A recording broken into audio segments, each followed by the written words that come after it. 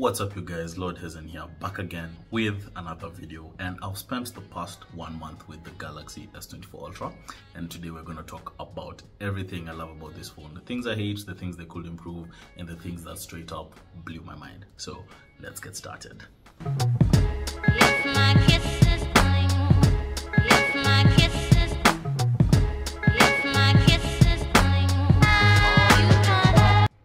First things first, Samsung have put together a package that's going to be very hard to beat by the other Android phones in 2024.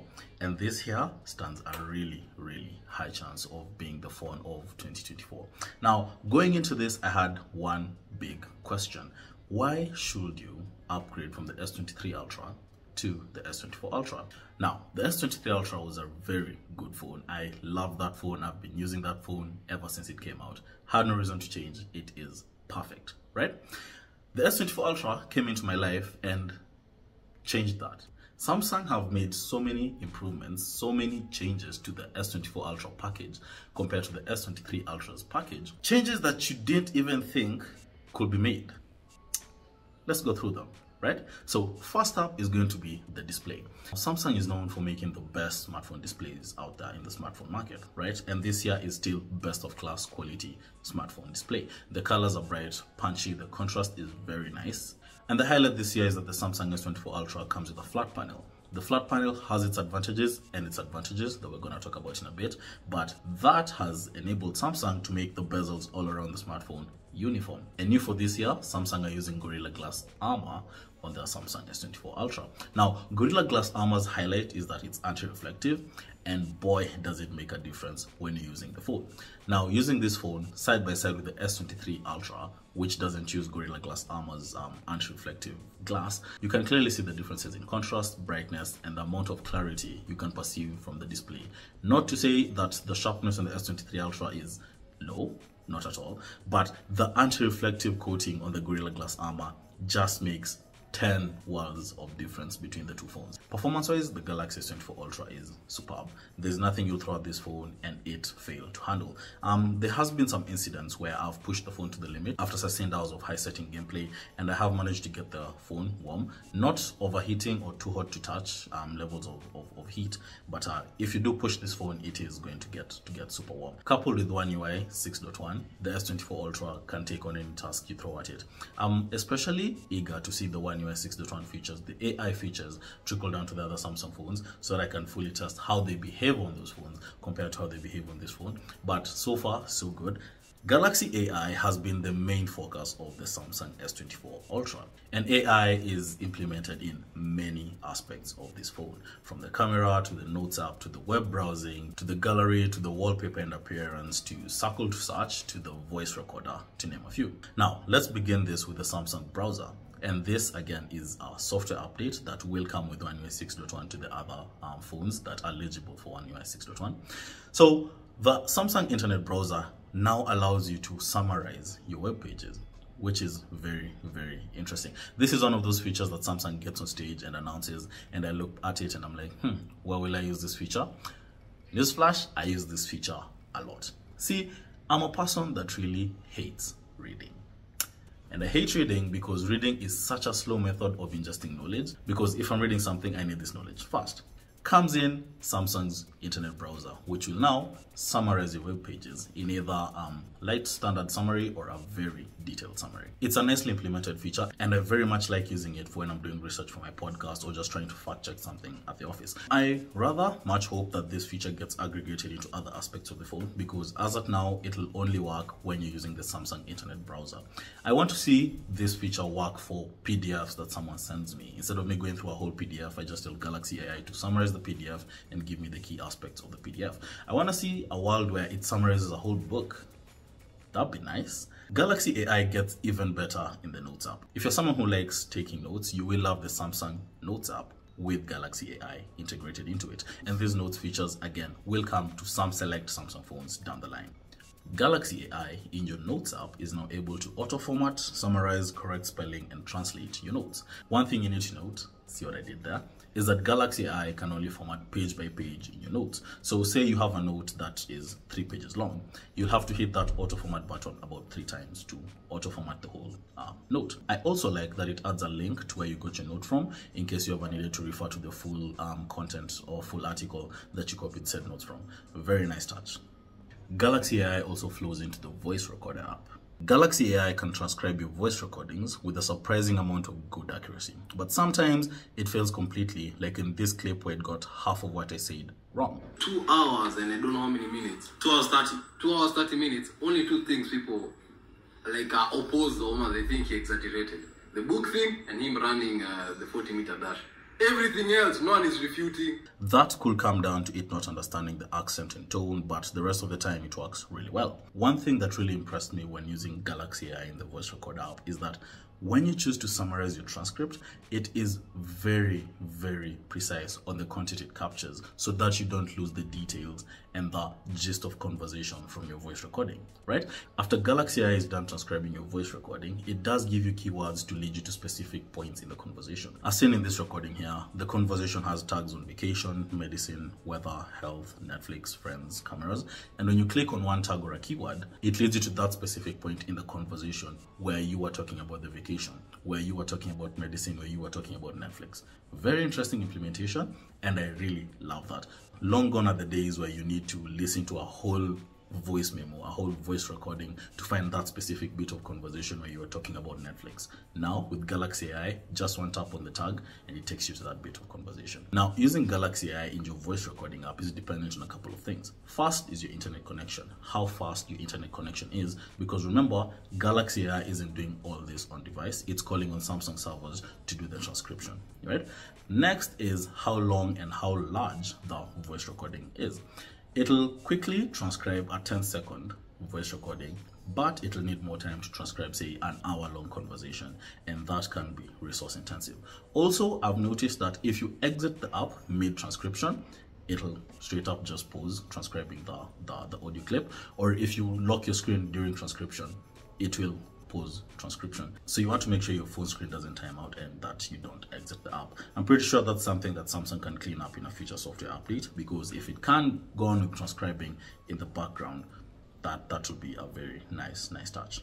Also, don't forget that you're able to translate the transcription into any language of your choice, still in the voice recorder app, and it'll give you the original text and the translated text in one view. The wallpaper section also got a touch of Galaxy AI. You can now generate new wallpapers from inputs you give Galaxy AI, and it'll churn out a couple of images for you to choose from to make your wallpaper.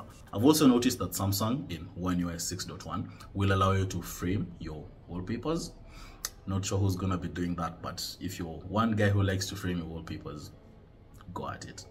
The big one is circle to search, reverse image searching. Now, this has been there for a while from Google Lens, right? But Samsung's implementation of it, where you're able to just circle whatever is on your screen, whatever you're watching, whatever you're interacting with, has been done in a very interesting way. And this works system-wide. Be it a picture someone has sent you on WhatsApp or a video you're watching on YouTube or TikTok, all you need to do is tap and hold the home button or your gesture bar and it'll pull up circle to search. Samsung have also been quite keen in how to implement it to not find people. Let me explain. See, if you went and you circled on a photo of Vin Diesel, public figures, popular people, famous people, it will pull up results for you from Google. But if you went and circled a picture of good old me, it won't give you any results. It's very limiting to the amount of data you can get from people you choose to circle to search on, which is a very good security precaution, because you do not want people going around pointing their phone at anyone willy-nilly and getting everything they need to know about said person. Similarly to buildings, right? And this is somewhere they can properly refine it, because you can easily dox someone or dox yourself, like I've almost done without knowing. Circle to search is so precise that even without you showing the full building, it will give you results on the closest hit to what that building looks like. In the example of this shot here, right? Part of the building is being seen, right? This is not the full building. But circle to search is so powerful that it knows that from this bit of building circled right now, this could be X building. And I don't know how to feel about that. On the other hand, it's really good that if you're a tourist and you want to go X places and you're getting your data from snippets you've seen on Instagram, you can get that data very easily. That's good. But then what if that is someone's house? If that is someone's house and they're vlogging in it, and by some chance it appeared in the shot and you just circled search and now you know where Lord Hezin lives. Yeah, you see where this is going. I've also tested circled search on photoshopped images, and it's very interesting that it can pull up the original image on top of the photoshopped image. Something very niche, not sure who's gonna be pointing stuff to try and see if this was photoshopped or not, but it's very niche. If you did decide to try it out, it's gonna work. It's gonna give you the original image and the photoshopped image. Circled search is one of those features that really sneak up on you. You use them once and now you can't go back. That's your boy here. You will also find Galaxy AI integrated into your gallery app, and this was among the highlight features that Samsung showed on stage. Generative AI in your photos, right? Now, here's a picture of my dog lying on the carpet, right? Now, I went and moved the dog with Galaxy AI and just moved the dog slightly, still on the carpet. And Galaxy AI intelligently filled in a heart and a chew toy in the spot where the dog was and made it look so realistic. If I didn't tell you that that was an AI generated image, you will not know that that was an AI generated image. You would actually think the chew toy and the heart were on the floor. Mind blowing. Epic stuff, epic implementation, but I'm not one to really do that to my photos. Best use case scenario for me to use that in my photos would be to maybe delete someone from an image, a photo bomber from an image.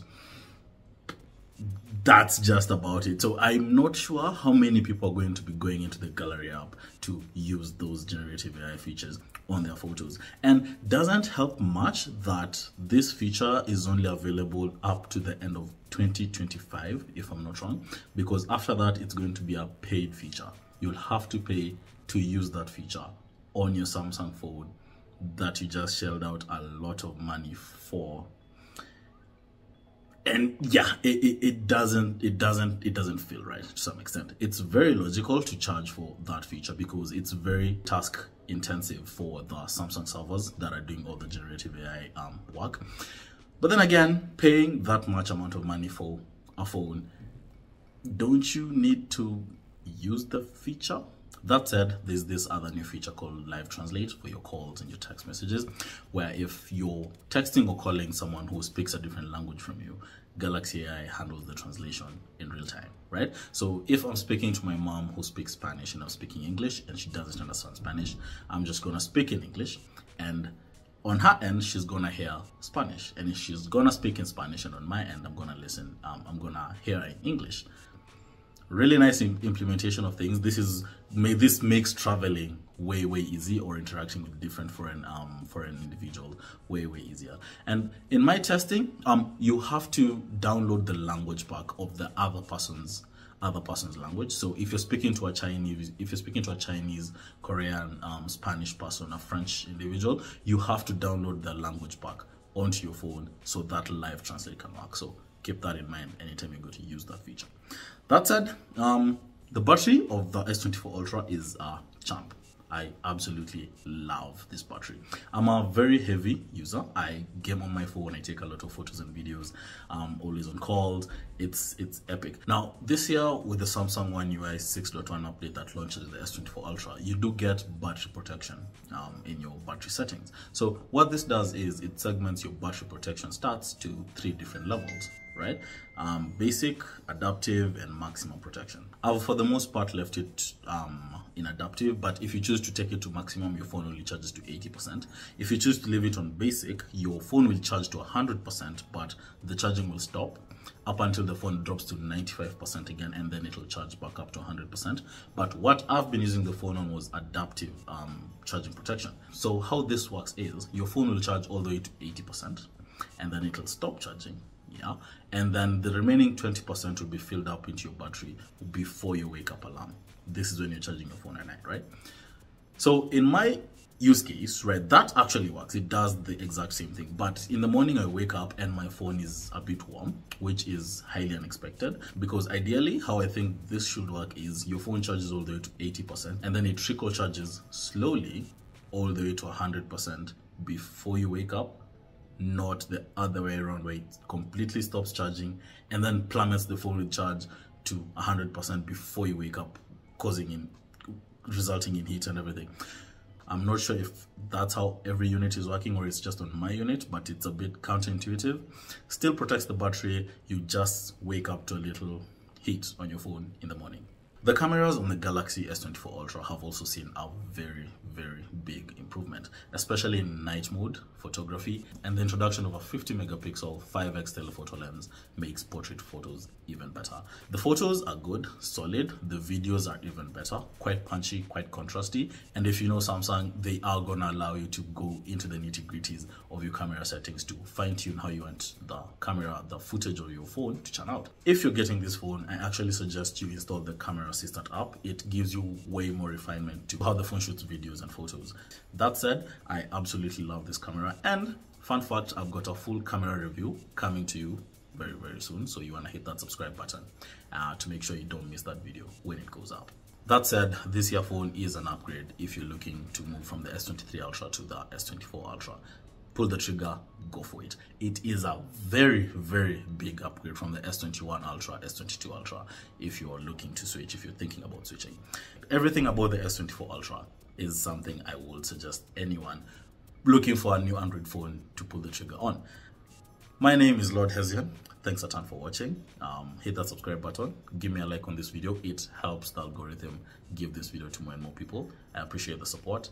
Leave me a comment. Let's talk about the S24 Ultra. What do you want to see in the in-depth camera review? Let me know in the comments below, and I'll see you in the next one. Peace.